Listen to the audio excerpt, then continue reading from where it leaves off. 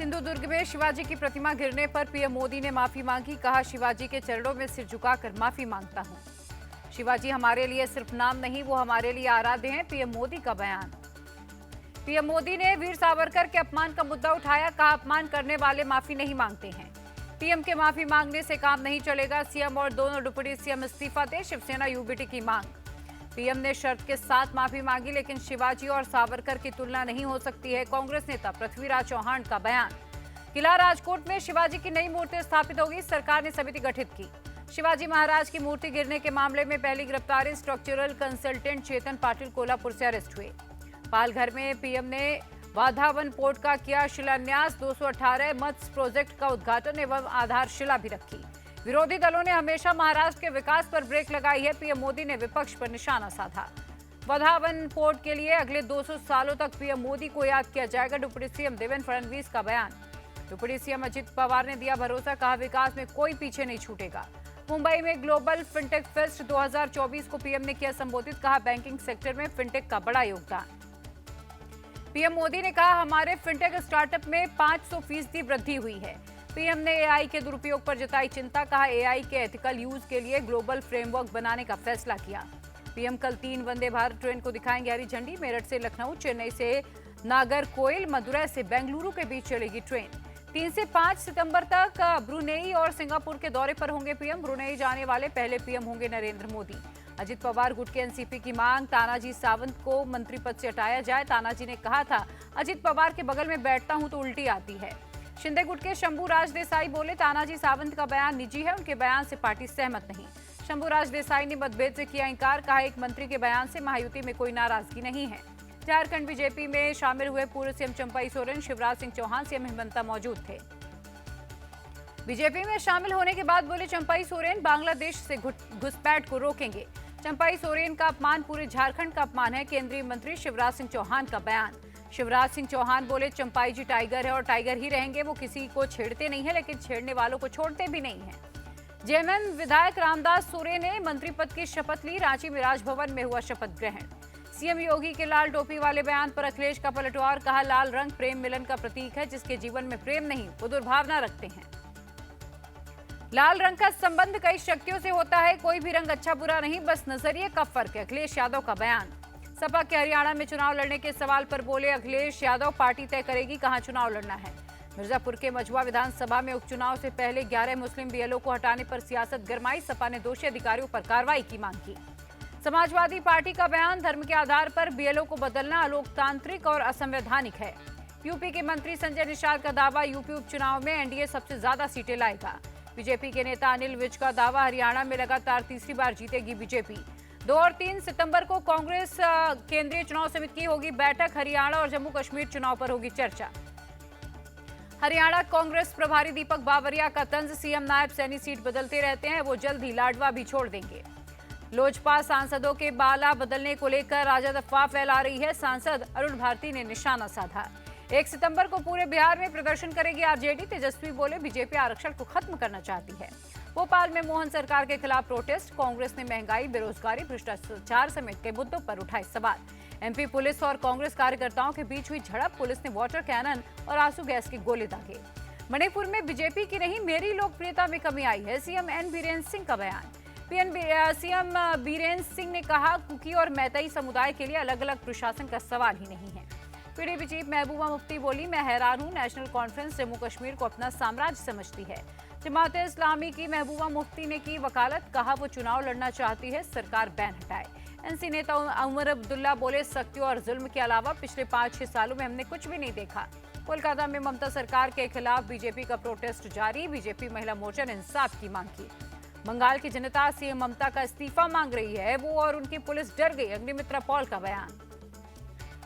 CM ममता देशद्रोही वाली भाषा बोल रही हैं, उन पर यूएपीए लगना चाहिए। अग्निमित्रा पॉल की मांग।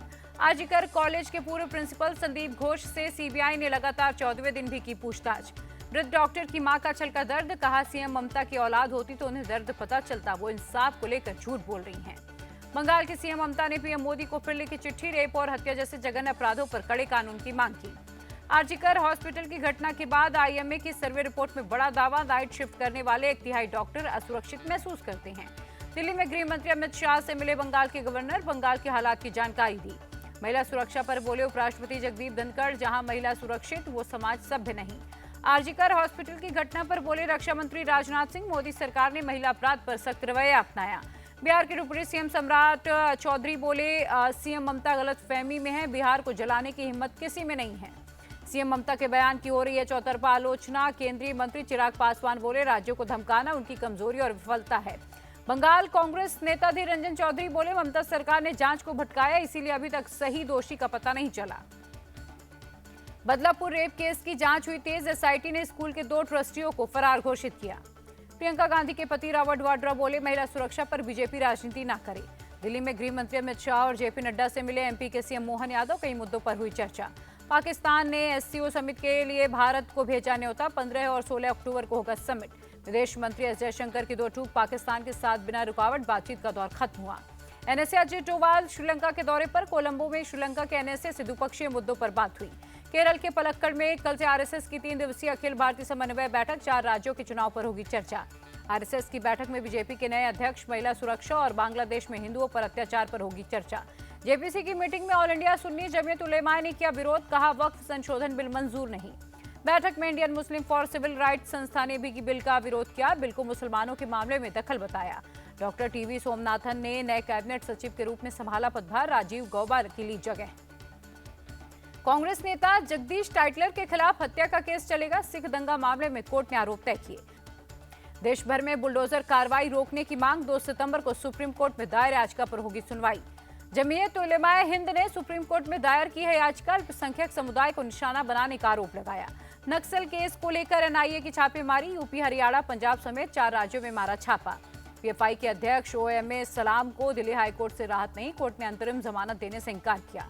दिल्ली हाईकोर्ट के जज का बयान, ओएमए सलाम प्रभावशाली व्यक्ति हैं, उनकी रिहाई गवाहों को प्रभावित कर सकती है। लखनऊ में पत्र वितरण कार्यक्रम में शामिल हुए सीएम योगी आदित्यनाथ, औद्योगिक इकाइयों को बांटे पत्र। 2017 से पहले यूपी में निवेश का माहौल नहीं था, सरकारों के पास विजन नहीं था, सीएम योगी का बयान। यूपी पुलिस कांस्टेबल भर्ती परीक्षा का चौथा दिन, सख्त चेकिंग के बाद अभ्यर्थियों को मिली एंट्री। पुलिस कांस्टेबल भर्ती परीक्षा में आज यूपी पुलिस ने अलग अलग मामलों में 11 लोगों पर केस दर्ज किए। बिहार के नए डीजीपी बने आलोक राज, 1989 बैच के भारतीय पुलिस सेवा के अधिकारी हैं आलोक। हिमाचल बीजेपी नेता जयराम ठाकुर का बयान, मैंने अपने घर के ऊपर ड्रोन उड़ते देखा, सरकार निजता का उल्लंघन कर रही है। जयराम ठाकुर के बयान पर बोले सीएम सुक्खू, हम मामले की जांच करेंगे, लेकिन उनके घर के ऊपर सरकार ड्रोन क्यों उड़ाएगी। असम सरकार का फैसला, जुम्मे की नमाज की छुट्टी पर लगी रोक, विधानसभा में नमाज का ब्रेक नहीं मिलेगा। सीपीआईएम नेता हन्नान मुल्लाह का बयान, असम सरकार का फैसला अल्पसंख्यकों को खत्म करने की साजिश है। नोएडा के सेक्टर 49 में फर्जी आईपीएस अधिकारी हुआ अरेस्ट, होटल का किराया मांगने पर कर्मचारियों को धमका रहा था। मथुरा के गोविंद नगर में एक व्यापारी से लूट की कोशिश हुई नाकाम, ईडी के फर्जी कर्मचारी और पुलिसकर्मी उसके घर पहुंचे थे। बातचीत के दौरान व्यापारी को हुआ शक, लोगों को इकट्ठा होते देख मौके से फरार हुए फर्जी कर्मचारी और पुलिसकर्मी। फर्रुखाबाद में 2 लड़कियों की मौत केस में नया मोड़, पुलिस ने गांव के ही 2 लड़कों को गिरफ्तार किया। दोनों लड़कों पर लड़कियों को सुसाइड के लिए उकसाने का आरोप है। दोनों लड़कों की दोस्ती दोनों लड़कियों के साथ थी। गिरफ्तार दोनों लड़कों की और दूसरी लड़कियों से भी फ्रेंडशिप थी। पता चलने पर दोनों लड़कियों ने खुदकुशी की। प्रयागराज में भारी बारिश के बाद नदी नाले उफान पर, गंगा और यमुना नदी का जलस्तर बढ़ा। वाराणसी में भारी बारिश के बाद गंगा नदी का जलस्तर बढ़ा, कई घाट पानी में डूबे। गुजरात में बाढ़ और बारिश का कहर जारी, 18 जिलों में भारी बारिश का अलर्ट, तटीय इलाकों में साइक्लोन का भी खतरा। गुजरात के मांडवी में बाढ़ बारिश के चलते हालात बिगड़े, मंत्री प्रफुल्ल पंशेरिया ने प्रभावित इलाकों का दौरा किया। वडोदरा में फिर से शुरू हुई ट्रेन सेवाएं, बाढ़ का पानी कम होने के बाद ट्रेन सेवा बहाल की गई। यूएस डॉलर के मुकाबले 3 पैसे मजबूत हुआ रुपया, $1 की कीमत 83 रुपये 86 पैसे रही। मामूली बढ़त के साथ बंद हुआ शेयर बाजार, सेंसेक्स 231 और निफ्टी 84 अंक की उछाल के साथ बंद हुआ। पेरिस पैरालंपिक में विमेंस के 10 मीटर एयर राइफल में भारत को मिले 2 मेडल। शूटर अवनी लेखरा ने गोल्ड और मोना अग्रवाल ने जीता ब्रॉन्ज मेडल। गोल्ड जीतने के बाद बोली अवनी, मैं अपने देश के लिए पदक जीतकर खुश हूं। 10 मीटर एयर पिस्टल इवेंट में मनीष नरवाल ने भी जीता सिल्वर मेडल। 100 मीटर रेस में प्रीति पाल ने जीता ब्रॉन्ज मेडल। पीएम मोदी ने अवनी को और मोना अग्रवाल, प्रीति पाल को मेडल जीतने पर बधाई दी।